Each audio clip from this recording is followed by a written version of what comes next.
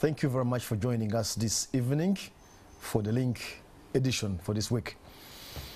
Today we're giving you information you can use and is connected with tax. Why tax? Because recently the president assented to a number of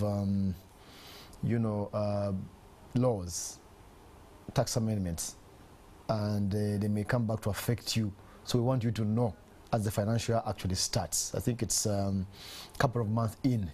And my guest tonight has been here before, Miss Juliet Nagginda, Senior Tax Manager at PricewaterhouseCoopers, PwC.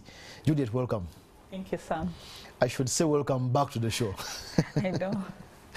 All right. Thank you.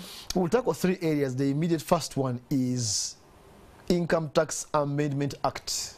There was an amendment there, and it's now in force since the president agreed. Restrictions on losses for companies. What happened? So, Sam, you may remember that in the beginning, when the bills were first tabled before Parliament, there was a proposal for the government to restrict bringing forward of losses by taxpayers. And there was a lot of public outcry, and it was dropped. So someone may ask, what are these tax losses and why did they bring them back? So just to provide that background, for anyone who pays tax, before you come up with the amount of tax to pay to the taxman, you have to look at the income that you have made vis-a-vis the expenses, the costs that are allowable to you by the taxman for deduction in arriving at the tax payable. So sometimes you may find that you have more expenses than the income that you have made. And so then you'd have what we call a tax loss. So you're in a loss position. So you're in a loss position, and you would then not be required to pay tax. So that typically happens for many businesses as startups, and for the more intensive, capital-intensive businesses, you may find that it goes on for even a much longer period. So you've had companies being in a tax loss position for 5 years, 7 years, 10 years, depending on the nature of business that you're undertaking. So what government had proposed initially was that the losses, there are so many companies that are claiming to be in losses for a long time, and so they are not paying any corporation tax. And so government proposed that, we restrict how long these losses can be carried forward. Because when you make a loss this year, before you compute how much tax you're supposed to pay the following year, you first take into consideration the loss from the previous period. So government first said, okay, we are going to restrict carrying forward of those losses to 5 years, and then after that would allow you to only carry forward 50% of the losses, meaning then you'd have to forego 50% portion of the losses that are attributable to the expenses that you incurred. So there's a lot of public outcry because many companies, if you look at, say, the capital-intensive businesses, they are in losses usually for even 10 years before they recoup their investment. So at that point in time, Parliament accepted and dropped that proposal. So when the bill went to Parliament, to the President, following debate by Parliament, he sent it back on the basis that this is one of the proposals that he wanted to see being considered, because there were so many companies that were abusing that perpetual carrying forward of losses. So we've now seen that Parliament has reintroduced the bill, the proposal. The only difference is that now, instead of the 5 years that had been granted initially, they are now giving a 7-year limit. So you'll be allowed to carry forward your losses as a business for 7 years. And if by year 7 you are still in a loss-making position, then they will restrict to only 50%, meaning you lose out on the 50%. So if you've been carrying forward and you've accumulated 100 million, by year 7 it means you'll only be able to carry forward 50 million. The expectation is that it should start counting. We should start counting this financial year when the law has been assented, because based on legal precedent, it's unusual that a law should take retrospective effect. So we expect that we start counting from this year, but we'll await guidance from the taxman. So likely, if I've been declaring losses of 5 years, I can do another 7 and I do 12. That is the expectation, but we'll wait and see what the taxman says. But ideally, we should expect you to carry forward another 7 years because the law has just become effective. Okay. Yeah. The other area I want to talk about again about the law, tax on non-residents for digital tax for non-residents. What's that?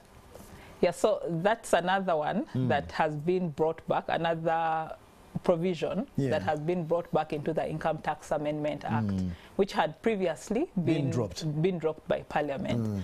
So just to provide context, you're aware that government has had a lot of push to start taxing the non-residents. And when we talk about who provide digital services, and when we talk about non-residents, in this case, we're talking about companies like Google, we're talking about companies like Netflix, you know, those household names that, you know, whose services we all use for, you know, things like advertising, cloud storage, and such things, streaming.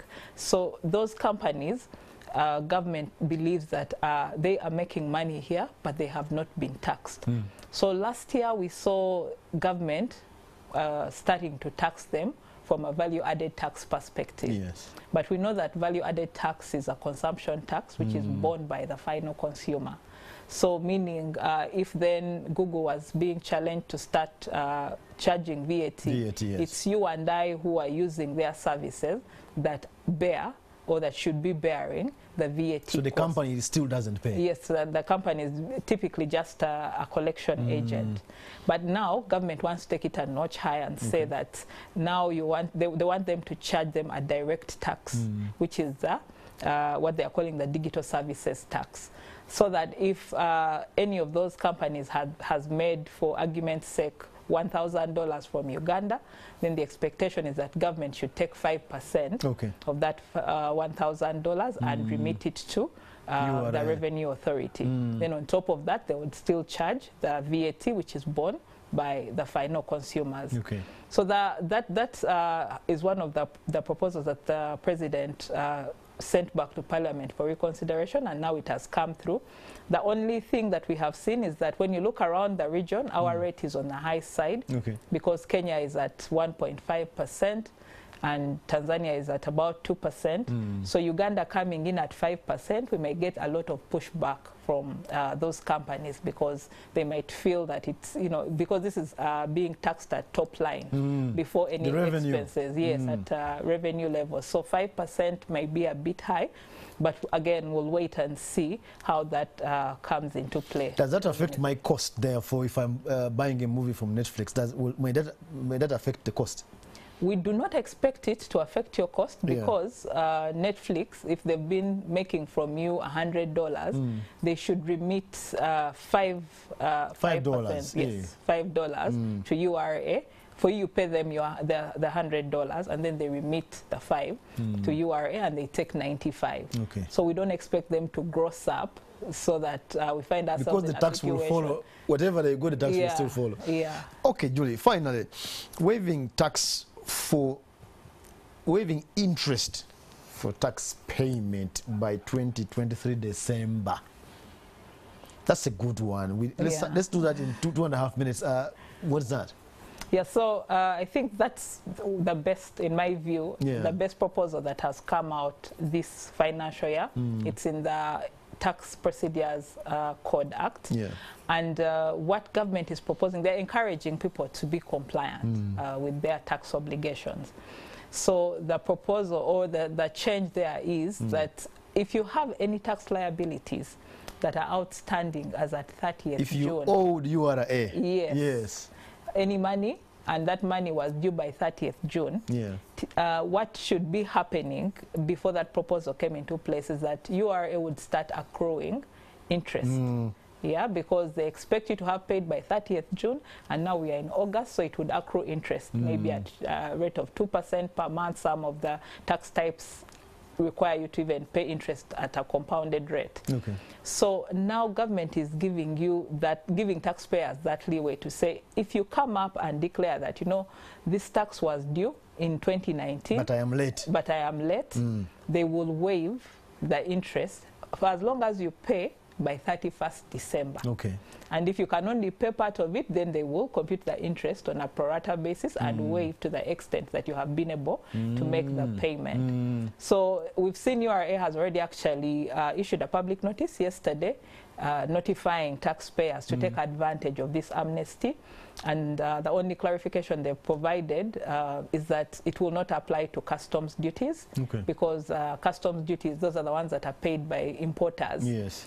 Those duties are not hosted under the Tax Procedures Code Act. So if you have any customs duties outstanding, you still have to pay interest. The penalties, yeah. Yeah, but for all the other taxes, what we call the domestic taxes that we pay locally here, if you pay by 31st December, then interest will be waived. So we expect it to be applied as simply as that, because that's what URA even highlighted in their public notice, and hopefully taxpayers will be able to take advantage and avoid paying interest. Okay, and that's interesting. Recently, the CG, Commissioner General, said it made them 1.9 trillion in 1 month, I think, towards the end of the financial year. Last financial year, they made 1.9 trillion and hit the target. So it works. Viewers, we promise you information. This is about tax.